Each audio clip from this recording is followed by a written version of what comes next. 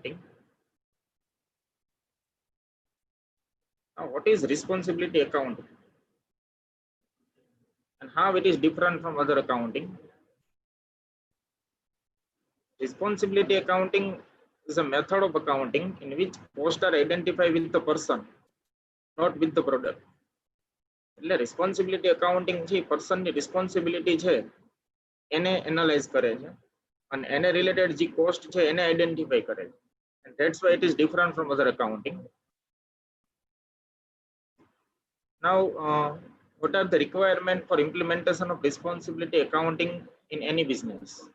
Responsibility accounting ને establish કરતા પહેલા અમુક એની રિક્વાયરમેન્ટ છે જે ઓર્ગેનાઇઝેશનમાં હોવી બહુ જરૂરી છે. સૌથી પહેલા તો ઓર્ગેનાઇઝેશનનું સ્ટ્રક્ચર છે એ બહુ ક્લિયરલી ડિફાઇન હોવું જોઈએ. ઇટ મીન્સ જો સ્ટ્રક્ચર છે ક્લિયરલી ડિફાઇન નહીં હોય તો આ ઇમ્પ્લિમેન્ટેશન છે એ પોસિબલ નથી. બીજું, દરેક પર્સનની રિસ્પોન્સિબિલિટી છે એ ડિફાઇન કરવી પડે before implementation. And then સૌથી મહત્વનું છે રેગ્યુલર રિપોર્ટિંગ. દરેક પર્સન છે રેગ્યુલર રિપોર્ટિંગ છે એ કરતા હોવો જોઈએ. then only it is possible. Every time responsibility of some individual within the organization must be defined. અહીંયા દરેક પર્સનની રિસ્પોન્સિબિલિટી છે ડિફાઇન થયેલી હોવી જોઈએ તો જ આ પોસિબલ છે. It means before implementation basic principles છે એને ફોલો કરવા પડે છે. What are the benefit of responsibility accounting? આ સૌથી મહત્વનું છે. જો રિસ્પોન્સિબિલિટી એકાઉન્ટિંગ છે એ તમે ઇમ્પ્લિમેન્ટ કરો છો બિઝનેસમાં તો એનાથી શું ફાયદા થશે, શું બેનિફિટ મળશે એનાથી? તો સૌથી પહેલા તો કોર્પોરેટના જે ઓબ્જેક્ટિવ છે અને સાથે સાથે ઇન્ડિવિજ્યુઅલના જે ગોલ છે એ ક્લિયરલી ડિફાઇન થશે. જો જ્યાં સુધી તમે બિઝનેસની અંદર ઓબ્જેક્ટિવ ડિટરમાઇન નહીં કરો ત્યાં સુધી છે બિઝનેસનું મેનેજમેન્ટ છે ઇફિશિયન્ટલી નહીં ચાલે. એટલે બિઝનેસના ઓબ્જેક્ટિવની સાથે સાથે ઇન્ડિવિજ્યુઅલના ગોલ પણ એ ડિટરમાઇન થાય છે. આ સૌથી મહત્વનો ફાયદો છે એનો. બીજું, મેનેજમેન્ટ માટે ઇઝી થઈ જશે. એના પ્લાન, એના બજેટ આ બધું પ્રિપેર કરવું જો રિસ્પોન્સિબિલિટી એકાઉન્ટિંગ હશે બિઝનેસની અંદર. આનાથી એ ફાયદો થશે કે બજેટ અને પ્લાન આ રિયલિસ્ટિક જોવા મળશે બિઝનેસની અંદર. બીજું સૌથી મહત્વનું એ છે કે જો રિસ્પોન્સિબિલિટી દરેક પર્સનની ડિફાઇન કરવામાં આવશે તો દરેક પર્સન છે પોતાના વર્ક માટે રેગ્યુલર રહેશે. બીજું, ડેઇલી રિપોર્ટિંગ કરતો થઈ જશે તો એના પર્સનલ ગોલ તો અચીવ થશે જ, સાથે સાથે ઓબ્જેક્ટિવ જે ઓર્ગેનાઇઝેશનના છે પણ અચીવ થશે. બીજું સૌથી મહત્વનું છે કંટ્રોલ પ્રોવાઈડ કરે છે અને ક્લોઝર કંટ્રોલ પ્રોવાઈડ કરે છે. ઇટ મીન્સ અહીંયા દરેક પર્સનના ઓબ્જેક્ટિવ છે એ નક્કી હોય છે, દરેક પર્સનને ટાર્ગેટ આપવામાં આવે છે, દરેક પર્સનનું પરફોર્મન્સ છે એનાલાઇઝ કરવામાં આવે છે, એનું કમ્પેરિઝન થશે એના બજેટ સાથે અને એમાં જે વેરિયન્સ હશે એ જોવા મળશે અને એના ઉપર ડિટેલ એનાલિસિસ થશે. આનાથી ક્લોઝર કંટ્રોલ છે પોસિબલ બનશે. ત્યાર પછી જોવા જઈએ તો ઓર્ગેનાઇઝેશન ની અંદર કઈ રીતે રિસ્પોન્સિબિલિટી અસાઇન થાય છે જનરલી. તો કંપનીની તો એક બહુ ક્લિયર ઓબ્જેક્ટિવ છે return on share holders investment. કારણ કે કંપનીનો જે મેઇન ઓબ્જેક્ટિવ છે to maximize the wealth of share holder, right? કંપનીને જે જુદા જુદા ડિવિઝનમાં આપણે ક્લાસિફાઈ કરીએ તો ડિવિઝન A, B, C આવી રીતે 3 ડિવિઝન હોય છે. તો ડિવિઝનનો મેઇન ઓબ્જેક્ટિવ શું હોય છે? તો ડિવિઝનનો મેઇન ઓબ્જેક્ટિવ છે ઓપરેટિંગ પ્રોફિટ. જે ડિવિઝન છે એ પોતાનો ઓપરેટિંગ પ્રોફિટ છે એ અર્ન કરે છે એનો ઓબ્જેક્ટિવ હોય છે. ફોર એક્ઝામ્પલ ડિવિઝન બી ને આપણે ધ્યાનમાં લઈએ તો ડિવિઝન બી ને જોઈએ તો ડિવિઝન બી નું જે પ્રોડક્શન છે તો પ્રોડક્શન ડિપાર્ટમેન્ટની રિસ્પોન્સિબિલિટી શું હોય છે? તો એની કંટ્રોલેબલ કોસ્ટ. પ્રોડક્શન ડિપાર્ટમેન્ટ છે કન્ટિન્યુઅસલી કોસ્ટ રિડક્શન ઉપર ફોકસ કરે છે.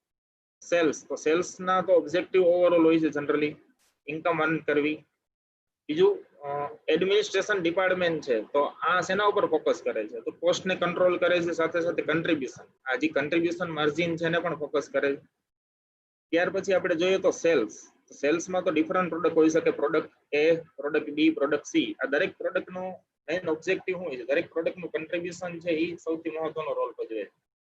તો અહીંયા ઓર્ગેનાઇઝેશનલ અસાઇનમેન્ટ ઓફ રિસ્પોન્સિબિલિટી, અહીંયા કંપનીને જે જુદા જુદા ડિવિઝનમાં ક્લાસિફાઈ કરવામાં આવે છે, દરેક ડિવિઝનના જે ઓબ્જેક્ટિવ નક્કી થશે, દરેક ડિવિઝનનું પરફોર્મન્સ એનાલાઇઝ કરવામાં આવશે અને દરેક પ્રોડક્ટ છે એ કન્ટ્રીબ્યુટ કરે છે કે નહીં બિઝનેસમાં, દરેક વસ્તુ ઉપર જે ફોકસ થશે. આ રિસ્પોન્સિબિલિટી એકાઉન્ટિંગ થી બેનિફિટ મળશે. નાઉ રિસ્પોન્સિબિલિટી રિપોર્ટિંગ, આ સૌથી મહત્વનું છે. રિપોર્ટિંગ મીન્સ અહીંયા as per the responsibility accounting concept organization ને જે જુદા જુદા સેન્ટરમાં ડિવાઈડ કરવામાં આવે છે. For example cost centre, profit centre, income centre, revenue centre, investment centre, આવા જુદા જુદા સેન્ટરમાં છે ઓર્ગેનાઇઝેશનને છે ડિવાઈડ કરવામાં આવે છે. તો reporting, what is responsibility reporting? Responsibility reporting is a accounting and management reporting system directed toward the controlling cost according to the responsibility center. Responsibility reporting છે એનો મેઇન ફોકસ હોય છે કંટ્રોલિંગ કોસ્ટને કંટ્રોલ કરશે, અને આ કોસ્ટને કંટ્રોલ કરવા માટે ઓર્ગેનાઇઝેશનને જે જુદા જુદા ડિવિઝનમાં ડિવાઈડ કરવામાં આવે છે, જુદા જુદા સેન્ટરમાં ડિવાઈડ કરવામાં આવે છે અને સેન્ટરને ફોકસ કરવામાં આવે છે. આનો મેઇન ફોકસ છે it is the system for controlling cost. આ કોસ્ટને કંટ્રોલ કરવામાં આવે છે અને ડેઈલી રિપોર્ટિંગ કરવામાં આવે છે. So that is responsibility reporting. This is the proforma of responsibility report. Generally responsibility રિપોર્ટમાં શું જોવા મળે છે? તો રિસ્પોન્સિબિલિટી રિપોર્ટમાં જનરલી બે ટાઈપના ડેટા છે એ કલેક્ટ કરવામાં આવે છે, બજેટેડ એન્ડ એક્ચ્યુઅલ. ત્યાર પછી બજેટેડ અને એક્ચ્યુઅલ સાથે કમ્પેર કરવામાં આવે છે. If there is any variance may be adverse or favourable. તો જનરલી કોસ્ટમાં તો જો બજેટેડ કરતા એક્ચ્યુઅલ વધી જશે તો એ એડવર્સ વેરિયન્સ, રાઈટ? તો અહીંયા વેરિયન્સનું એનાલિસિસ થશે અને એને કરેક્ટ કરવા માટે છે એ ટ્રાય કરવામાં આવશે. This is the proforma for responsibility report. જેની પણ રિસ્પોન્સિબિલિટી ડિફાઇન કરવામાં આવી છે એ રિપોર્ટિંગ કરશે. તો રિસ્પોન્સિબિલિટી રિપોર્ટ આ સૌથી મહત્વનું છે રિસ્પોન્સિબિલિટી અકાઉન્ટિંગની અંદર. Mainly costs are classified into two parts, controllable cost and uncontrollable cost. We all know that controllable cost, direct material, direct labor, all variable costs are generally controllable. And uncontrollable cost, depreciation, building maintenance, other allocated cost કે જે કંટ્રોલમાં હોતી નથી, જે કંટ્રોલમાં હોતી નથી એના ઉપર ઓછો ફોકસ કરવામાં આવે છે, બટ જે કંટ્રોલેબલ કોસ્ટ છે એના ઉપર છે એ ફોકસ કરવામાં વધારે આવે છે. તો this is the proforma for responsibility report. Now, centre of control in responsibility accounting. આપણે હમણાં જ વાત કરી કે રિસ્પોન્સિબિલિટી એકાઉન્ટિંગમાં સૌથી મહત્વનું છે ઓર્ગેનાઇઝેશન ક્લાસિફાઈ કરવામાં આવે છે જુદા જુદા સેન્ટરની અંદર, જેમાં cost centre, revenue centre, profit centre, investment centre. Cost centre એટલે એવા ડિપાર્ટમેન્ટ જે કોસ્ટ આઈડેન્ટિફાઈ કરવી અથવા તો કોસ્ટ છે સૌથી મહત્વનો રોલ ભજવે છે. રેવન્યુ એટલે એવો કોઈ ડિવિઝન કે એવો ડિપાર્ટમેન્ટ જ્યાં રેવન્યુ મહત્વની હોય છે, કોસ્ટ મહત્વની નથી હોતી. પ્રોફિટ સેન્ટરમાં બંને મહત્વનું હોય છે, કોસ્ટ અને રેવન્યુ. અને ઇન્વેસ્ટમેન્ટ સેન્ટરમાં બધું જ મહત્વનું હોય છે, પણ ત્યાં ઇન્વેસ્ટમેન્ટ ઉપર ફોકસ કરવામાં આવે છે. એક્ઝામ્પલ લઈએ આપણે. કોસ્ટ સેન્ટરનું સૌથી મહત્વનું એક્ઝામ્પલ છે the human resource department is an example of cost center. Human resource department છે કોસ્ટ સેન્ટરનું સૌથી મહત્વનું એક્ઝામ્પલ છે. પ્રોફિટ સેન્ટરનું એક્ઝામ્પલ એટલે individual fast food restaurant in a large chain is an example of profit centre. કારણ કે જે રેસ્ટોરન્ટ છે એમાં પ્રોફિટ ઉપર વધારે ફોકસ કરવામાં આવે. Investment centre, a theme park is an example of investment centre. Theme પાર્કની અંદર જોવા જઈએ તો મેજોરિટી છે એ ઇન્વેસ્ટમેન્ટ ઉપર ફોકસ કરવામાં આવે છે, કારણ કે યુઝ ઇન્વેસ્ટમેન્ટ ત્યાં જોવા મળે છે. અને જે ઇન્વેસ્ટમેન્ટ સેન્ટર છે એમાં રેવન્યુ, કોસ્ટ, પ્રોફિટ આ બધું મહત્વનું હોય છે, પણ એમાં ઇન્વેસ્ટમેન્ટ વધારે હોય. This are the example of various centre. Now extent of managers control in cost, profit and investment centre. આ એક ટેબલ છે જેના દ્વારા તમને આઈડિયા આવશે કે કોસ્ટ સેન્ટર છે તો એમાં મેનેજર શું કંટ્રોલ કરશે, બરોબર? એનું એનાલિસિસ શું હશે? તો કોસ્ટ સેન્ટર છે એમાં ઓનલી કંટ્રોલેબલ કોસ્ટ ઉપર છે એ મેનેજર કંટ્રોલ કરશે, કારણ કે નન કંટ્રોલેબલ કોસ્ટ છે મેનેજરના કંટ્રોલમાં જનરલી હોતી નથી. તો ત્યાં શેનું એનાલિસિસ કરવામાં આવશે? તો જનરલી પરફોર્મન્સથી મેજર કરવામાં આવશે. પરફોર્મન્સની અંદર શું મેજર્સ કરવામાં આવશે? તો વેરિયન્સ એનાલિસિસ. હમણાં જ આપણે જોયું it is the difference between budgeted and actual. જે બજેટેડ ડેટા છે અને એક્ચ્યુઅલ ડેટા છે એની કમ્પેરિઝન કરશો અને બંને વચ્ચે જો ડિફરન્સ જોવા મળશે તો ધેટ ઇઝ વેરિયન્સ. તો વેરિયન્સ એનાલિસિસ થશે, એફિશિયન્સી એનાલિસિસ થશે. આ કોસ્ટ સેન્ટરમાં જનરલી આવું એનાલિસિસ જોવા મળે છે.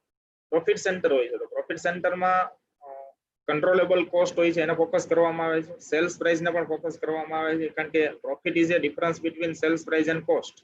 તો બંનેને ફોકસ કરવામાં આવે છે. આઉટપુટનું વોલ્યુમ, કારણ કે આઉટપુટના વોલ્યુમ અને પ્રાઇસ આ બંને ઇફેક્ટ છે સેલ્સ ઉપર પડે છે. તો દરેક વસ્તુ છે એ મેનેજર કંટ્રોલમાં કરશે.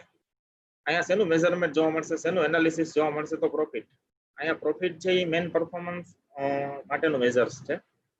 ઇન્વેસ્ટમેન્ટ સેન્ટર, તો ઇન્વેસ્ટમેન્ટ સેન્ટરમાં જનરલી શેના ઉપર ફોકસ કરવામાં આવે છે, અથવા તો મેનેજર છે શેને કંટ્રોલ કરશે?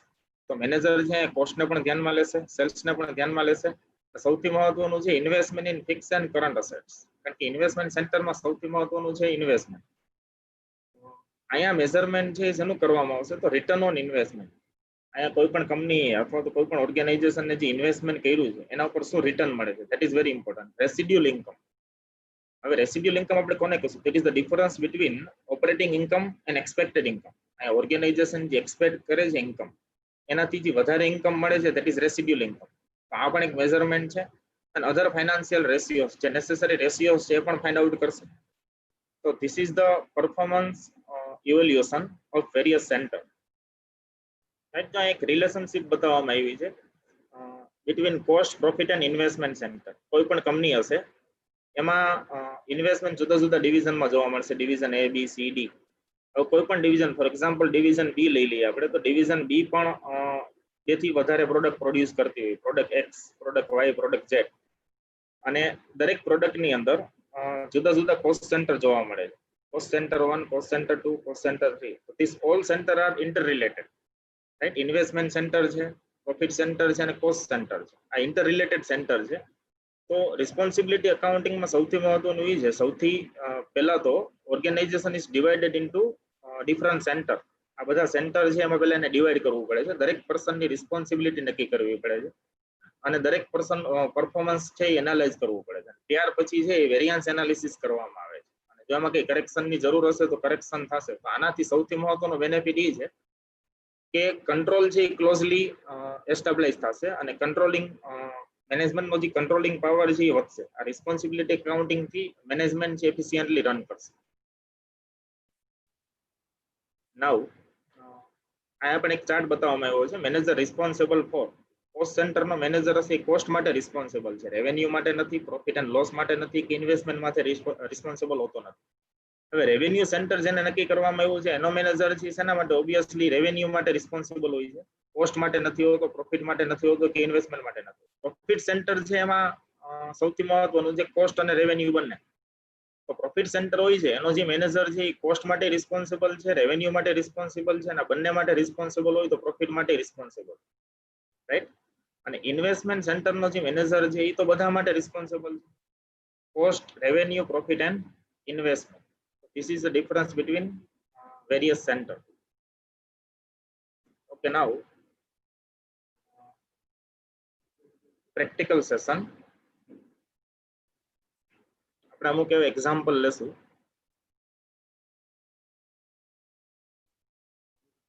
કે જેનાથી રિસ્પોન્સિબિલિટી એકાઉન્ટિંગ છે પ્રેક્ટિકલી કઈ રીતે વર્ક કરે છે એના આઈડિયા આવશે આપને.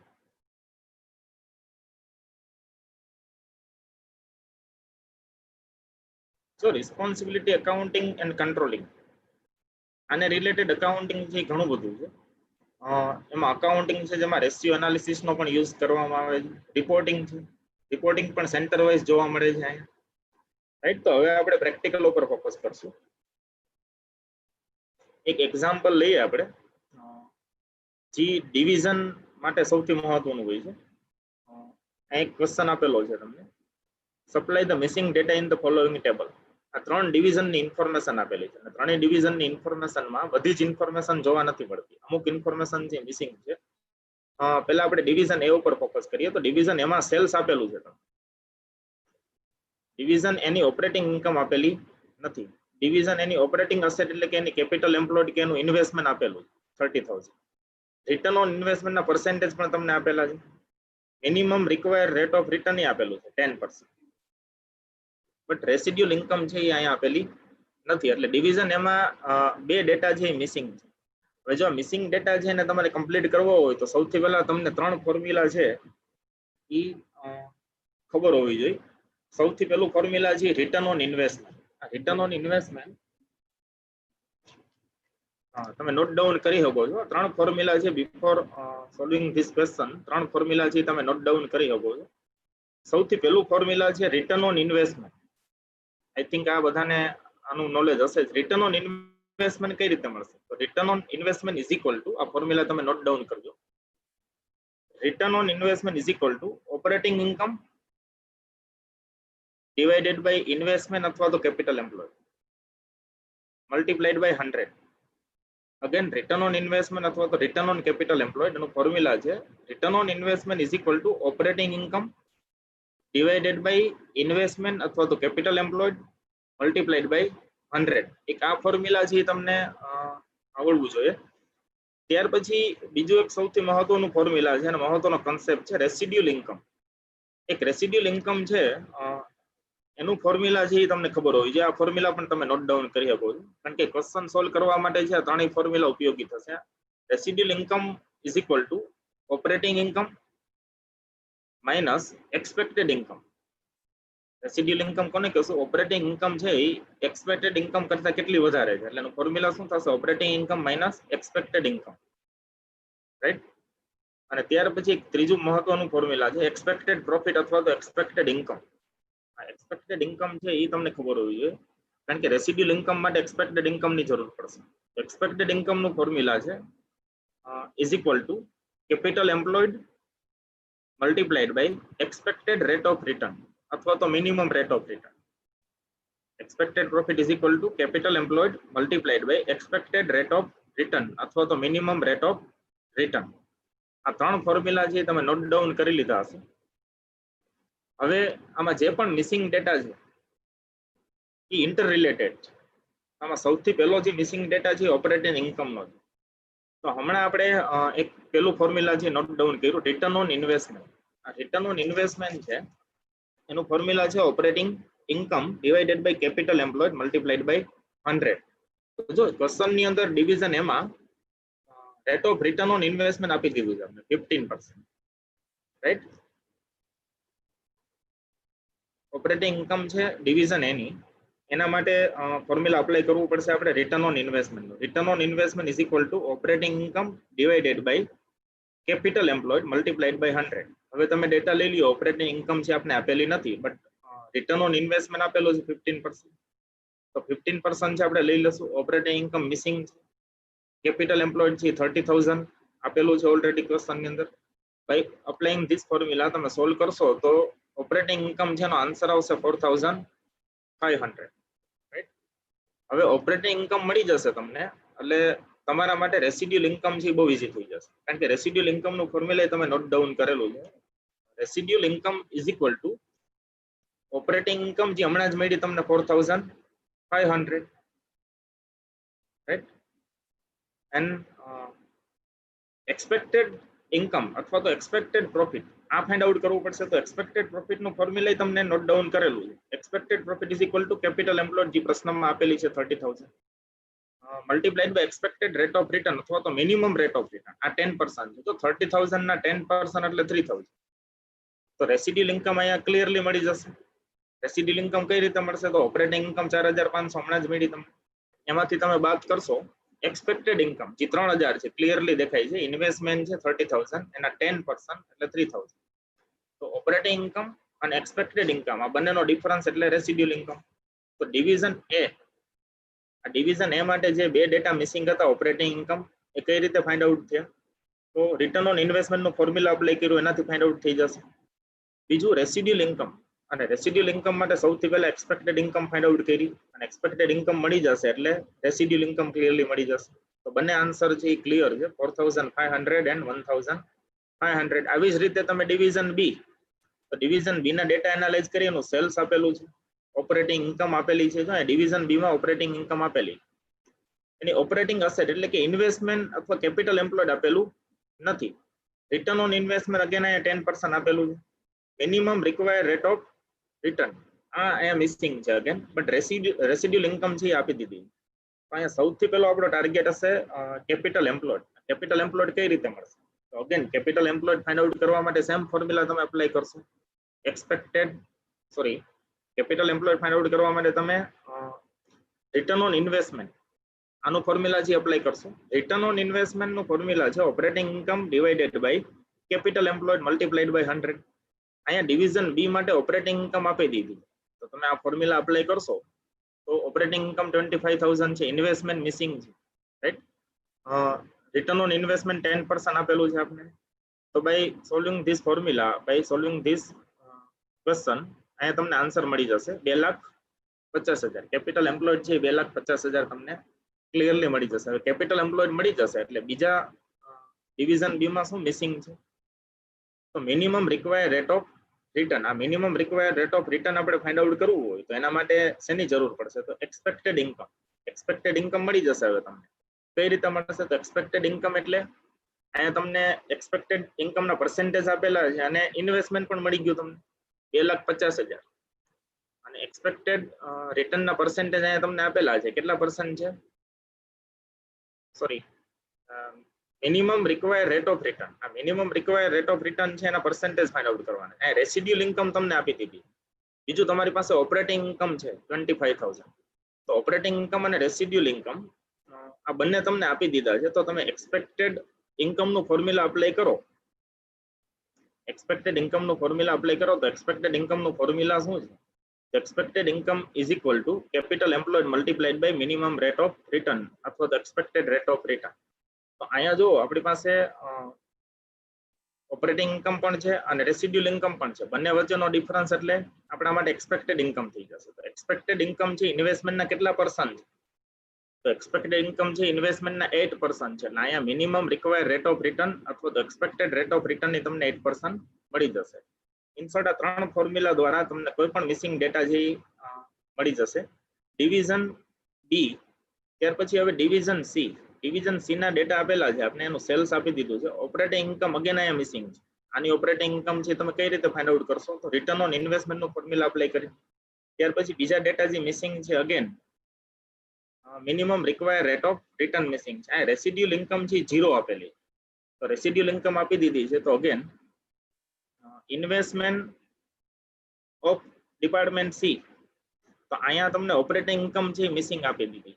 અહીંયા તમને કેપિટલ એમ્પ્લોયડ આપી દીધું છે 50,000. ઓપરેટિંગ ઇન્કમ છે મિસિંગ છે. અગેન એ ફોર્મ્યુલા અપ્લાય કરશો આપણે. Return on investment is equal to operating income divided by investment multiplied by 100. અહીંયા પણ તમને ઓપરેટિંગ ઇન્કમ 10,000 મળી જશે. નાઉ ઓપરેટિંગ ઇન્કમ છે તમારી પાસે. બીજું રેસિડ્યુઅલ ઇન્કમ તમને 0 આપી દીધી. તો રેસિડ્યુઅલ ઇન્કમ 0 હોય તો એક્સપેક્ટેડ ઇન્કમ છે તમારી સેમ રહેશે 10,000. તો 10,000 છે 10,000 ઇન્વેસ્ટમેન્ટના કેટલા પર્સન્ટ છે? 10,000 ઇન્વેસ્ટમેન્ટના 20% છે કારણ કે ઇન્વેસ્ટમેન્ટ 50,000 છે. તો અહીંયા minimum required rate of return અથવા તો એક્સપેક્ટેડ રેટ ઓફ રિટર્ન છે 20% મળશે. રાઈટ. આ પ્રશ્ન છે એક્ઝામ માટે વેરી ઇમ્પોર્ટન્ટ છે કારણ કે વારંવાર પૂછાય છે. Supply the missing data. આના માટે 3 ફોર્મ્યુલા છે સૌથી મહત્વના છે. Return on investment, right, residual income, આ ફોર્મ્યુલા મહત્વનું છે, અને એક્સપેક્ટેડ ઇન્કમ અથવા તો એક્સપેક્ટેડ રિટર્ન. આ 3 ફોર્મ્યુલા છે એ તમે એનાલાઇઝ કરશો તો 3 ફોર્મ્યુલા દ્વારા છે દરેક વસ્તુ છે મળી જશે તમને. ઓકે, નાઉ હવે આપણે રિસ્પોન્સિબિલિટી રિપોર્ટ ઉપર જશું, કંટ્રોલ રિપોર્ટિંગ ઉપર જશું. એક ક્વેશ્ચન આપેલો છે અહીંયા તમને, રાઈટ. આ રિપોર્ટ પ્રિપેર કરવો છે બહુ ઈઝી છે આપણા માટે. જે ડેટા આપેલા છે એ ડેટાને આપણે પહેલા રીડ કરશું, સમજશું. Right. 3 department of A, B and C of Priya limited. આ પ્રિયા લિમિટેડના 3 ડિપાર્ટમેન્ટ છે. Give their account report to factory manager. હવે 3 ડિપાર્ટમેન્ટ છે કોને રિપોર્ટિંગ કરે છે? તો ફેક્ટરી મેનેજરને રિપોર્ટિંગ કરે છે. આ જે રિપોર્ટિંગની પ્રોસિજર છે એના ડેટા તમને આપી દીધા છે. ક્લિયરલી કીધું છે department A, B and C give their account report to factory manager with chief engineer give their report. એટલે ફેક્ટરી મેનેજર છે એ ચીફ એન્જિનિયરની સાથે પોતાનો રિપોર્ટ છે એ કોને સબમિટ કરશે? તો ટેકનિકલ ડિરેક્ટર. એટલે જે રિપોર્ટિંગની સિસ્ટમ છે એ સમજવી બહુ જરૂરી છે. ફેક્ટરી મેનેજર છે with chief engineer give the report to technical director, and sales manager with advertising manager give the report to marketing director. Sales manager છે, એડવર્ટાઇઝમેન્ટ મેનેજર છે, આ બંનેના જે ડેટા છે અથવા બંનેનું રિપોર્ટિંગ છે કોને થશે? માર્કેટિંગ ડિરેક્ટરને. And marketing director with technical directors give their report to managing director. અને ફાઇનલ રિપોર્ટિંગ છે એમડી ને થશે. એમડી ને કોણ રિપોર્ટિંગ કરશે? તો માર્કેટિંગ ડિરેક્ટર રિપોર્ટિંગ કરશે વિથ ટેકનિકલ ડિરેક્ટર. રાઈટ. તો અહીંયા તમારે જુદા જુદા 4 રિપોર્ટ બનાવવા પડશે. 4 રિપોર્ટ કઈ રીતે બનાવશો? તો સૌથી પહેલો રિપોર્ટ બનશે એ report for factory manager. Factory manager માટે રિપોર્ટ બનશે. ત્યાર પછી રિપોર્ટ બનશે એ રિપોર્ટ ફોર ટેકનિકલ ડિરેક્ટર. ત્યાર પછી જે રિપોર્ટ બનશે રિપોર્ટ ફોર માર્કેટિંગ ડિરેક્ટર. અને ફાઇનલ રિપોર્ટ બનશે એ રિપોર્ટ ફોર મેનેજિંગ ડિરેક્ટર, એ 4 રિપોર્ટ જુદા જુદા બનાવવા પડશે. એટલે ફેક્ટરી ડિરેક્ટરનો રિપોર્ટ છે એ પહેલા બનાવવામાં આવશે, ત્યાર પછી ટેકનિકલ ડિરેક્ટર, ત્યાર પછી માર્કેટિંગ ડિરેક્ટર અને ત્યાર પછી એમડી નો રિપોર્ટ. અને આ રિપોર્ટિંગની જે સિસ્ટમ છે એને ક્લિયર કરી દીધી છે ઉપર. અહીંયા તમને ડેટા આપેલા છે.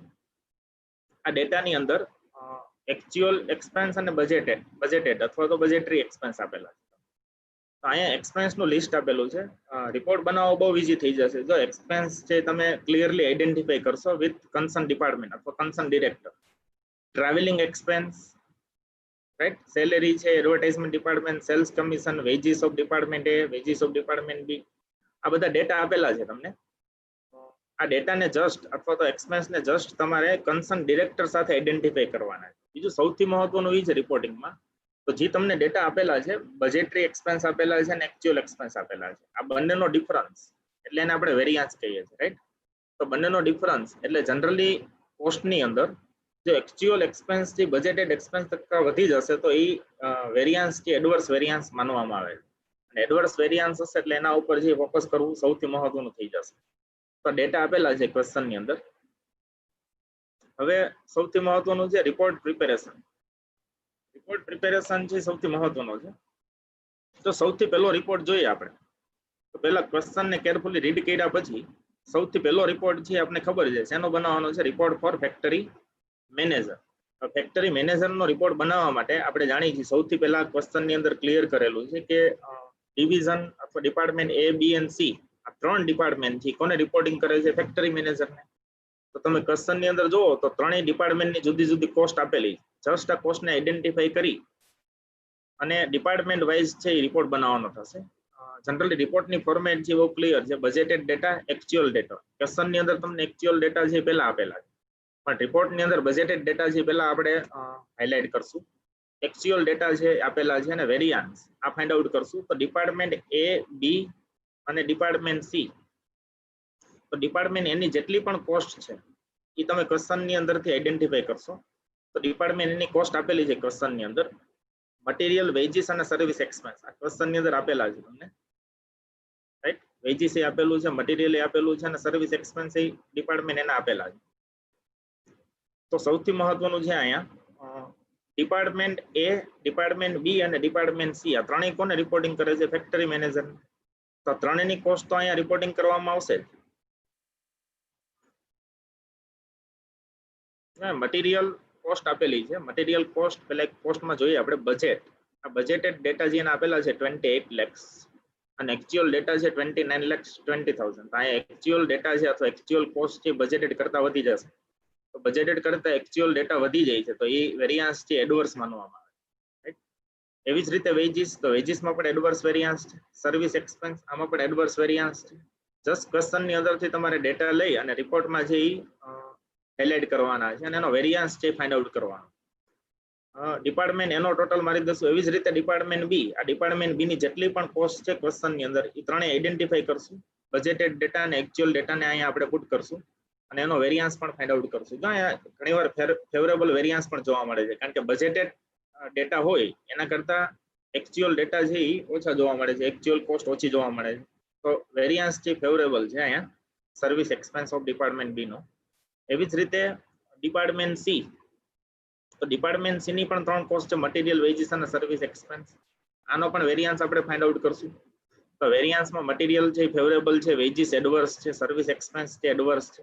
આ ત્રણેય ડિપાર્ટમેન્ટ છે ફેક્ટરી મેનેજરને રિપોર્ટિંગ કરે છે, પણ ફેક્ટરી મેનેજરના પોતાના જે ખર્ચ છે સેલેરી ઓફ ફેક્ટરી મેનેજર એ પણ અહીંયા બતાવશે. એટલે ડિપાર્ટમેન્ટ ડી બતાવેલું છે પણ ડિપાર્ટમેન્ટ ડી છે નહીં અહીંયા. પણ ડિપાર્ટમેન્ટ ડી નો મતલબ શું થાય છે કે ફેક્ટરી મેનેજરના પોતાના એક્સપેન્સ અથવા ફેક્ટરી ડિરેક્ટરના જે પોતાના એક્સપેન્સ છે એ પણ પોતાના રિપોર્ટમાં છેલ્લે જોવા મળશે. એટલે પોતાની સેલેરી છે એને બતાવી દીધી.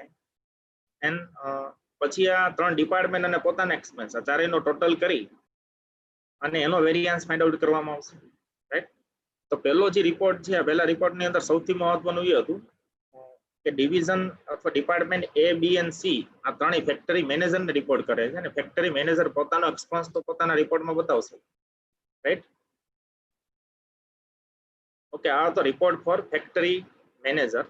ત્યાર પછી બીજું રિપોર્ટિંગ છે એ આપણે ચીફ એન્જિનિયર અથવા તો મેઇન એન્જિનિયરનું બતાવવાનું છે. તો મેઇન એન્જિનિયરને રિલેટેડ જેટલી પણ કોસ્ટ છે એ ક્વેશ્ચનની અંદર આપેલી છે આપણે, સ્ટોર્સ, વેજીસ, સર્વિસ એક્સપેન્સ, આ બધા ડેટા છે એ મેન એન્જિનિયર અથવા તો ચીફ એન્જિનિયરના જે આપણે કસ્ટમની અંદરથી લઈ લેશું બજેટેડ ડેટા અને એક્ચ્યુઅલ ડેટા, એમાં સ્ટોર, વેજીસ અને સર્વિસ આ 3 એક્સપેન્સ આપેલા છે, એના વેરિયન્સ ફાઇન્ડ આઉટ કરશું અને એનો બહુ નાનો એવો રિપોર્ટ બનશે મેન એન્જિનિયરનો અથવા ચીફ એન્જિનિયરનો.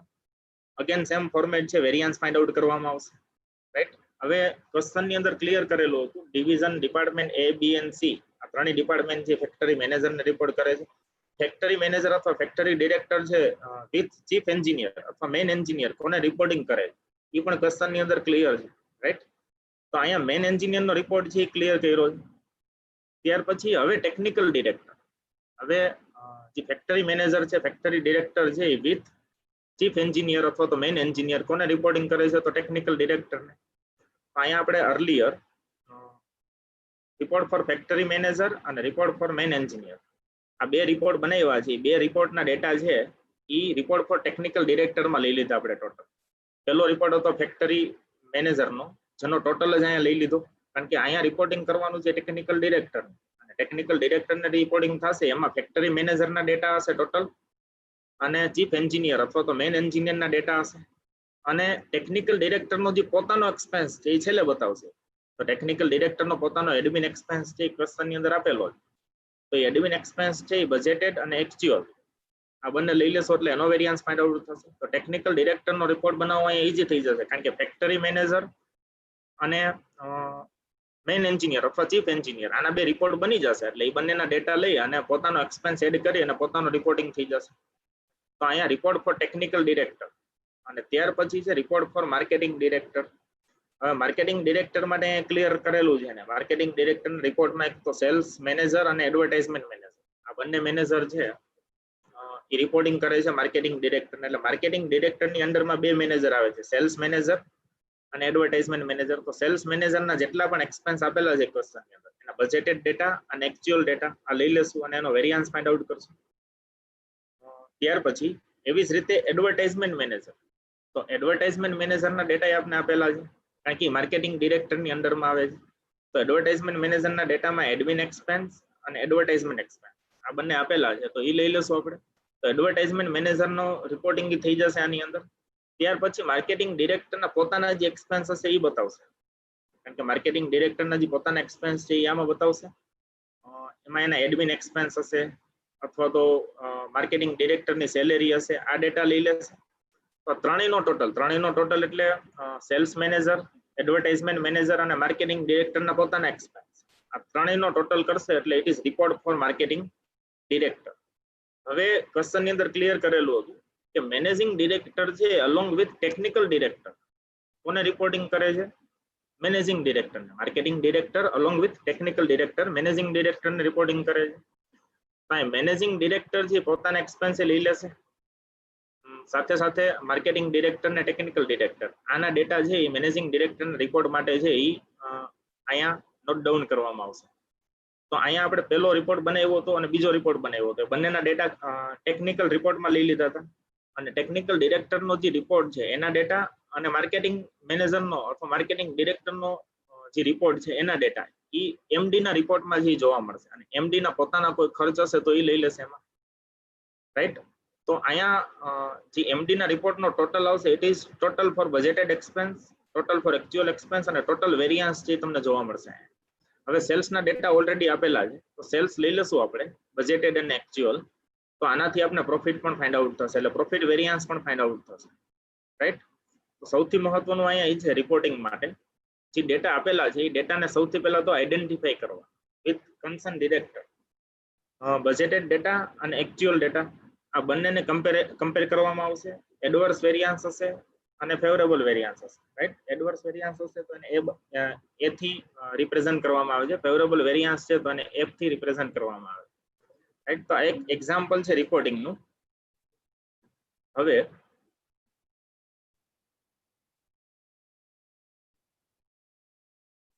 એક આ રિપોર્ટિંગ છે, ત્યાર પછી એક બીજો એક્ઝામ્પલ લઈ લઈએ આપણે. રિપોર્ટિંગ નો જ એક્ઝામ્પલ છે. Question number 3. A production department of large manufacturing organization has furnished the following data for May 1990. એટલે પ્રોડક્શન ડિપાર્ટમેન્ટે છે એના તો એક પર્ટિક્યુલર યરના ડેટા જે ફર્નિશ કર્યા છે અહીંયા. ડેટાની અંદર ડાયરેક્ટ મટીરિયલ છે, બજેટેડ અને એક્ચ્યુઅલ જે તમને આપી દીધા છે. ડાયરેક્ટ વેજીસ છે, રિપેર એન્ડ મેન્ટેનન્સ છે, એમાં ક્લિયર કરી દીધું છે તમને કે ₹1 લાખ છે એ ફિક્સ છે. ત્યાર પછી સુપરવિઝન છે, આ પણ ફિક્સ એક્સપેન્સ છે,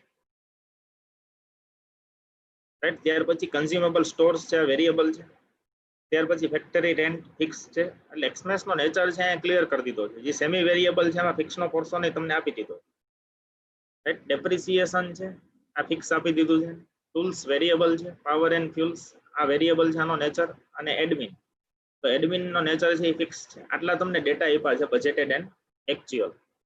હવે ક્વેશ્ચનની રિક્વાયરમેન્ટ છે, તો department has 50 identical machine. Department પાસે 50 આઇડેન્ટિકલ મશીન છે. During May 1990 the budgeted and actual production of department are 10,000 and 12,500 unit respectively.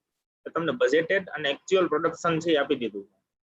However, if the department was closed and the machine production service were hired from outside, for example જો department છે એ close થઈ જાય અને જે સર્વિસની જરૂર છે એ outside થી પરચેઝ કરવામાં આવે, cost of hiring of service of similar machine would be ₹150 per unit. તો બહારથી જે ચાર્જ થવાનો છે, બહારથી જે હાયર કરવાનો ચાર્જ થવાનો છે એ તમને પર યુનિટ આપી દીધો છે 150. You are required to present the report showing the evaluation of performance of department based on the concept of cost center, profit center and responsibility center. જુદા જુદા સેન્ટરને ફોકસ કરી અને 3 રિપોર્ટ બનાવવાના, રાઈટ. પહેલા તમે જ્યારે કોસ્ટ સેન્ટરને ફોકસ કરશો ત્યારે એ રીતે ડેટાને અરેન્જ કરશો, પ્રોફિટ સેન્ટરને ફોકસ કરશો તો એ પ્રમાણે રિપોર્ટિંગ થશે, અને રિસ્પોન્સિબિલિટી સેન્ટરને ફોકસ કરશો તો એ રીતે રિપોર્ટ બનાવવો પડશે. 3 રિપોર્ટ બનાવવાના થશે on the basis of cost centre, profit centre and responsibility centre. એક તો પહેલી રિક્વાયરમેન્ટ એની આ છે. આગળ કીધું છે it is felt that since the total budgeted cost of production per unit is greater than the cost of hire service, right. હવે અહીંયા એવું જાણવા મળે છે કે total budgeted cost of production per unit છે એ બહારથી તમે જે હાયર કરો છો સર્વિસ એનાથી વધારે છે. The possibility of closing the department and use of hire service should be explore. એટલે ડિપાર્ટમેન્ટ ક્લોઝ કરવો અને બહારથી સર્વિસ હાયર કરવી, અહીંયા ક્લિયરલી કહી દીધું છે કે બજેટેડ કોસ્ટ છે એ વધારે અને બહારથી તમે હાયર કરશો સર્વિસ તો એની કોસ્ટ છે એ ઓછી છે અહીંયા. તો બહારથી સર્વિસ હાયર કરવી અહીંયા ક્લિયરલી, જો ડિપાર્ટમેન્ટ ક્લોઝ થઈ જાય ને બહારથી સર્વિસ હાયર કરો તો એ તમને સસ્તી પડશે, કારણ કે બજેટેડ ડેટા એવું કહે છે if the budgeted production can not be increase in June. જો બજેટેડ પ્રોડક્શનમાં કોઈ વધારો ન થાય 1990 ની અંદર, will hold good for June 1990. Also calculate the volume of output required to justify the continuance of department. બીજું તમારે બ્રેક ઇવન પોઈન્ટ પણ અહીંયા ફાઇન્ડ આઉટ કરવાનો છે. ડિપાર્ટમેન્ટને કન્ટિન્યુ કરવા માટે કેટલું પ્રોડક્શન થવું જોઈએ, રાઈટ. તો સૌથી પહેલા આપણે ફોકસ કરશું રિપોર્ટિંગ ઉપર. રિપોર્ટિંગની અંદર સૌથી પહેલો રિપોર્ટ છે એ on the basis of cost centre તમારે બનાવવાનો છે. અહીંયા તમને જે ડેટા આપેલા છે એ ડેટામાં બજેટેડ અને એક્ચ્યુઅલ આ બે ડેટા આપેલા છે.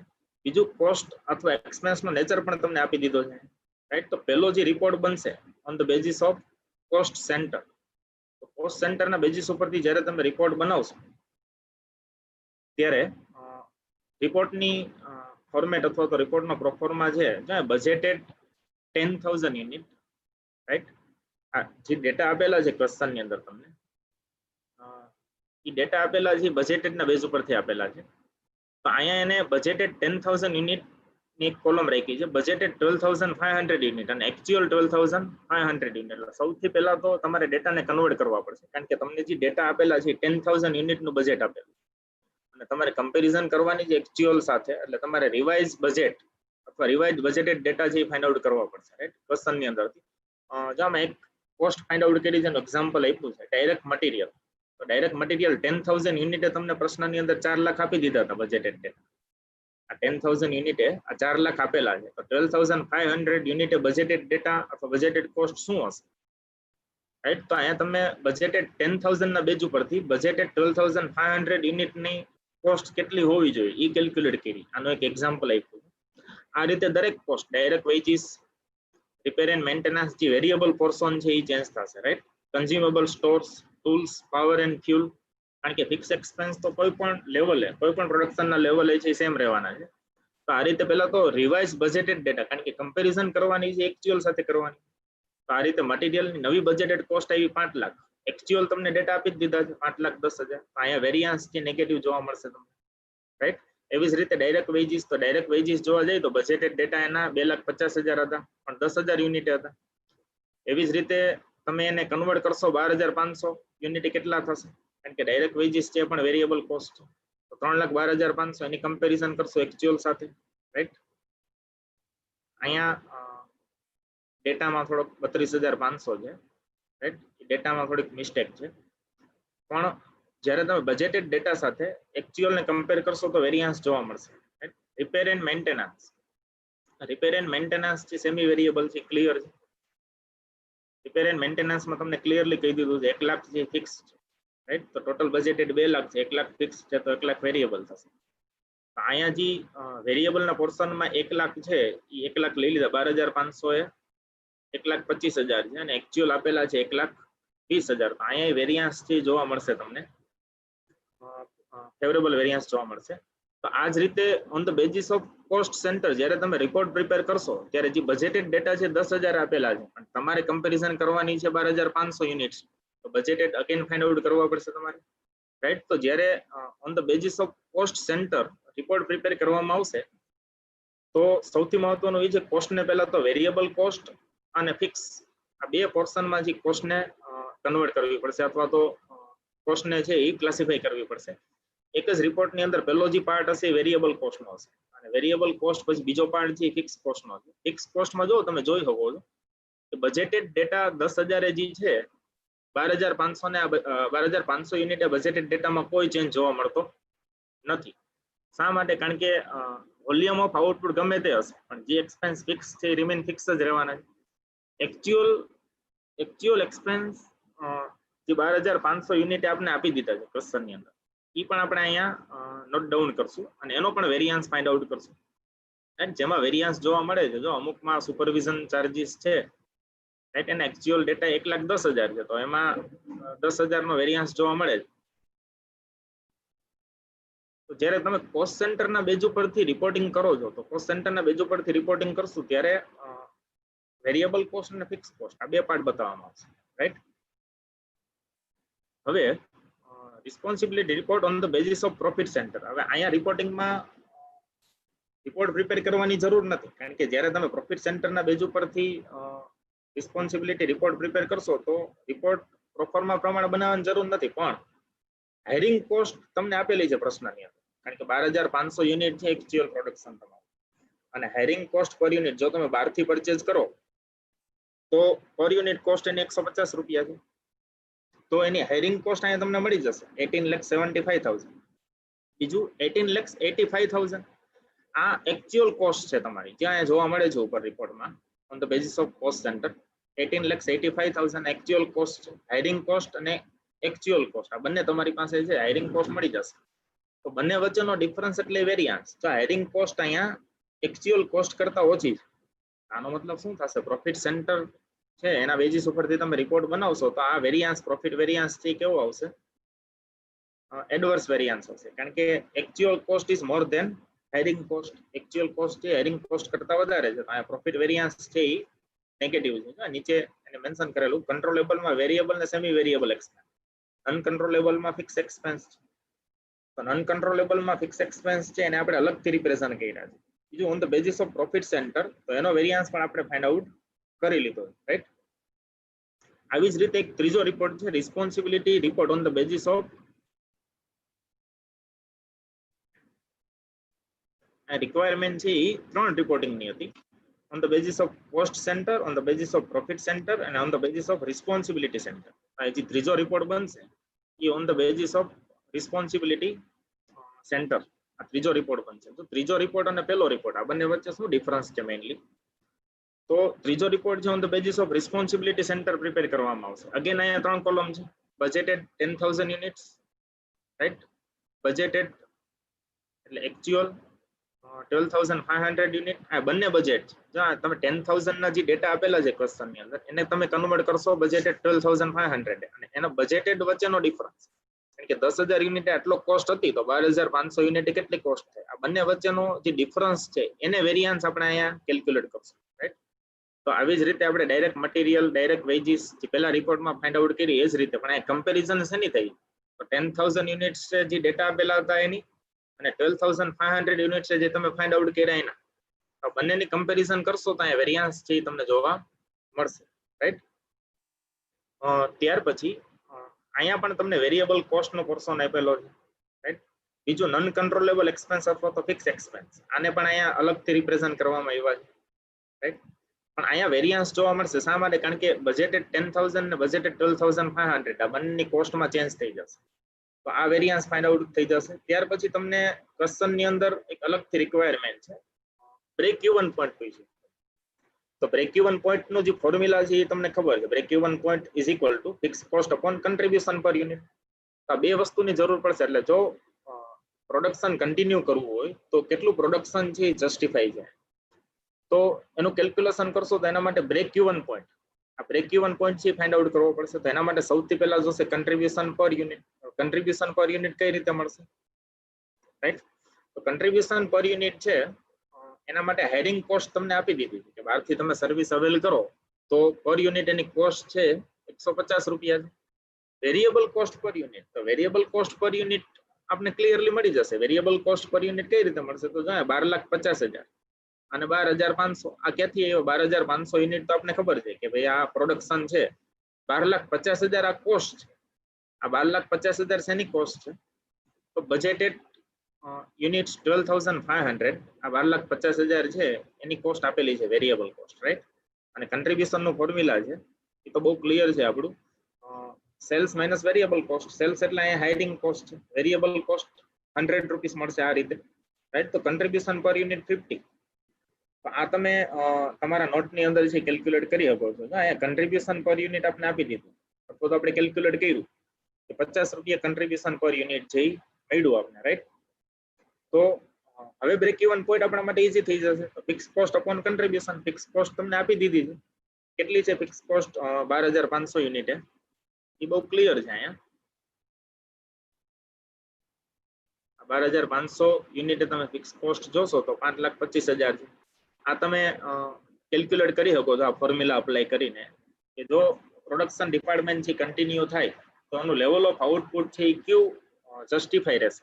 ઇટ મીન્સ એક એવો પોઈન્ટ છે કે ઈ લેવલે there is no profit, there is no loss. It means ચાલુ રાખવા માટે છે એ પ્રોફિટ ભલે ન થાય પણ લોસ ન થવો જોઈએ. આ લેવલ છે તમને મળી જશે.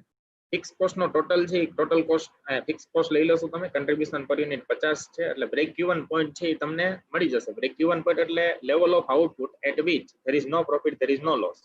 એટલે ઓર્ગેનાઇઝેશનને કન્ટિન્યુ કરવા માટે આ લેવલ છે એ જસ્ટિફાઈ, રાઈટ? તો ક્વેશ્ચનની જે રિક્વાયરમેન્ટ હતી, એક એનો પહેલો પાર્ટ હતો રિપોર્ટિંગ હતો. આપણે 3 રિપોર્ટ અથવા તો સેન્ટર, 3 સેન્ટર વાઇઝ આપણે રિપોર્ટિંગ કર્યું. કોસ્ટ સેન્ટર, પ્રોફિટ સેન્ટર અને રિસ્પોન્સિબિલિટી સેન્ટર. આ 3 રિપોર્ટ બનાવ્યા. એમાં પ્રોફિટ સેન્ટર માટે તો રિપોર્ટિંગની જરૂર નહોતી, પણ પ્રોફિટ સેન્ટર માટે એનો જે વેરિયન્સ છે ફાઇન્ડ આઉટ કર્યો, રાઈટ? અને બીજું એને જે કીધું હતું કે also calculate the volume of output required to justify the continuance of department. ડિપાર્ટમેન્ટને કન્ટિન્યુ કરવા માટે એક આઉટપુટનું લેવલ છે એ કયું જસ્ટિફાઈ રહેશે. આ લેવલ પણ ફાઇન્ડ આઉટ થઈ જશે by applying this formula, that is by applying break even point formula. તો આ હતા રિપોર્ટિંગ અને રિસ્પોન્સિબિલિટી એકાઉન્ટિંગના 3 પ્રેક્ટિકલ ક્વેશ્ચન. રિપોર્ટિંગ બહુ ઈઝી છે. રિપોર્ટિંગની અંદર સૌથી મહત્વનું છે ડિપાર્ટમેન્ટ વાઇઝ કોસ્ટ, બીજું બજેટેડ ને એક્ચ્યુઅલ ડેટા, આની કમ્પેરિઝન છે, વેરિયન્સ ફાઇન્ડ આઉટ કરવો. બીજું રિપોર્ટિંગની જે પ્રોસિજર છે, રિપોર્ટિંગની જે પ્રોસેસ છે ઓર્ગેનાઇઝેશનની અંદર, આ સમજવી બહુ જરૂરી છે. ફોર એક્ઝામ્પલ આપણે એક પ્રશ્નની અંદર જોયું કે department A, B and C, આ 3 ડિપાર્ટમેન્ટ છે ફેક્ટરી મેનેજરના અથવા ફેક્ટરી ડિરેક્ટરને રિપોર્ટ કરતા હતા.